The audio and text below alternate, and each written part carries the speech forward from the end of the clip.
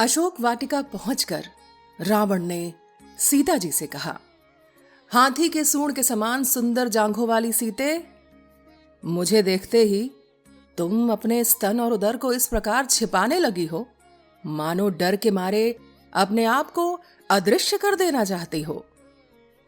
किंतु विशाल लोचने, मैं तो तुम्हें चाहता हूं, तुमसे प्रेम करता हूं। समस्त संसार का मन मोहने वाली सर्वांग सुंदरी प्रिय, तुम भी मुझे विशेष आदर दो, मेरी प्रार्थना स्वीकार करो। यहां तुम्हारे लिए कोई भय नहीं है। इस स्थान में न तो मनुष्य आ सकते हैं, न इच्छा अनुसार रूप धारण करने वाले दूसरे राक्षस ही, केवल मैं आ सकता हूं।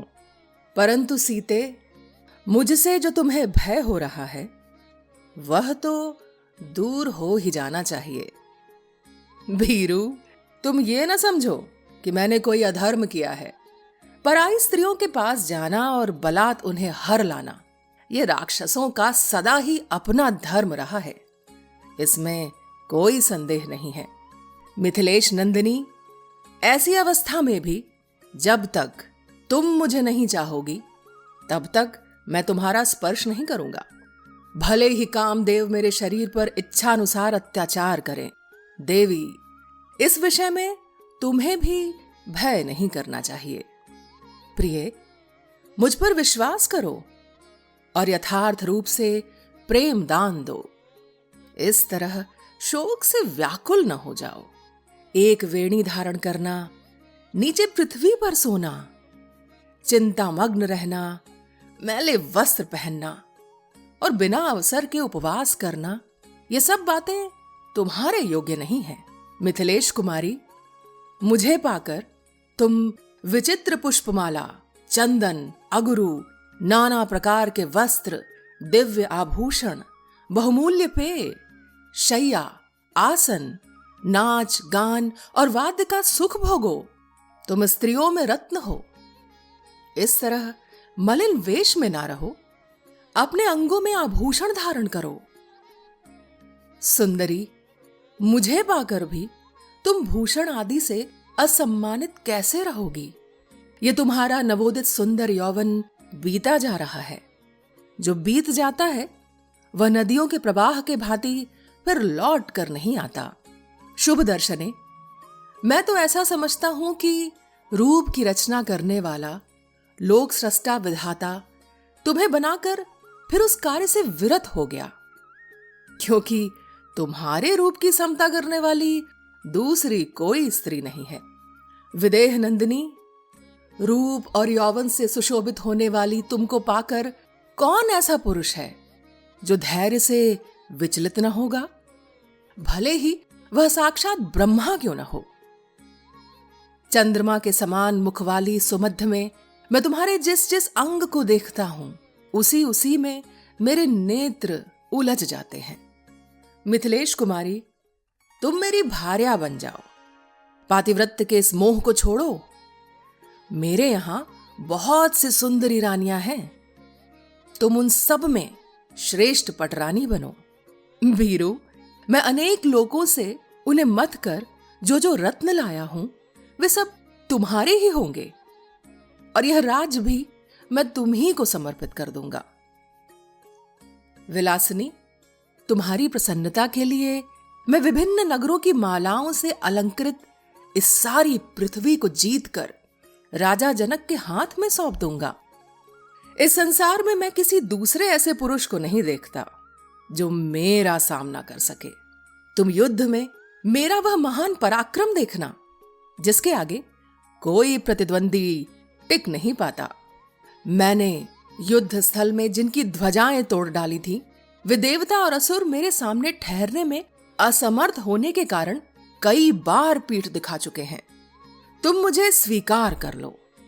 आज तुम्हारा उत्तम श्रृंगार किया जाए और तुम्हारे अंगों में चमकीले आभूषण पहनाए जाएं।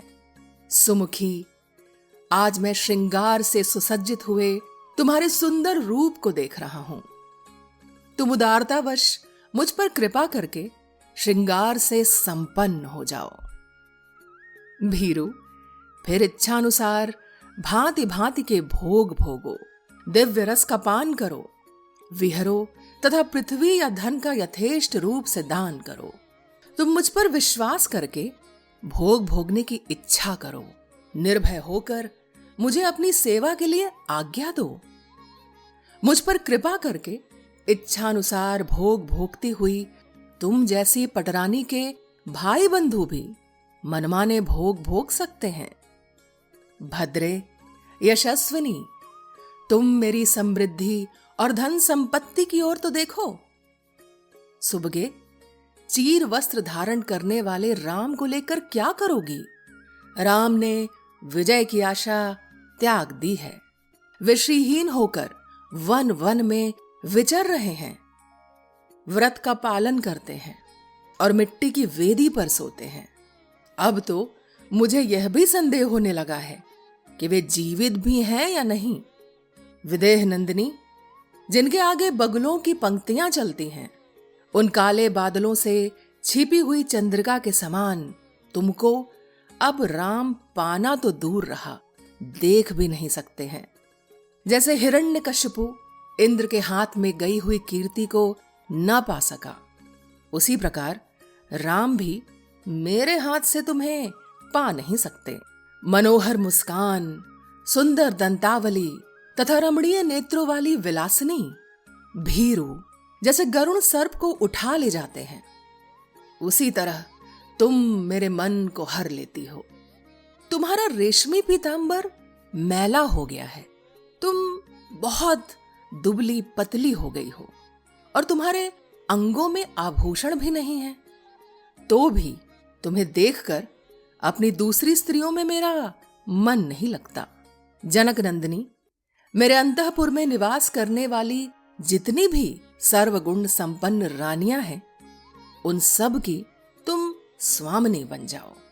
काले केशों वाली सुंदरी जैसे अप्सराएं लक्ष्मी की सेवा करती हैं, उसी प्रकार त्रिभुवन की श्रेष्ठ सुंदरियां यहां तुम्हारी परिचर्या करेंगी।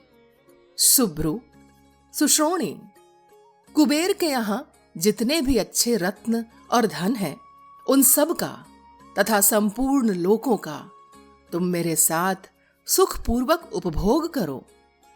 देवी, राम तो न तप से, न बल से, न पराक्रम से, न धन से, न तेज अथवा यश के द्वारा ही मेरी समानता कर सकते हैं। तुम दिव्य रस का पान, विहार एवं रमण करो तथा अभीष्ट भोग भोगो। मैं तुम्हें धन की राशि और सारी पृथ्वी भी समर्पित किए देता हूं। ललने, तुम मेरे पास रहकर मौज से मनचाही वस्तुएं ग्रहण करो और तुम्हारे निकट आकर तुम्हारे भाई बंधु भी सुखपूर्वक इच्छानुसार भोग आदि प्राप्त करें। भीरू, तुम सोने के निर्मल हारों से अपने अंग को विभूषित करके मेरे साथ समुद्र तटवर्ती उन काननों में विहार करो, जिनमें खिले हुए वृक्षों के समुदाय सब ओर फैले हुए हैं और उन पर भ्रमण मंडरा रहे हैं। इस प्रकार श्री वाल्मीकि निर्मित आर्ष रामायण आदि काव्य के सुंदर कांड में 20वां सर्ग पूर्ण हुआ।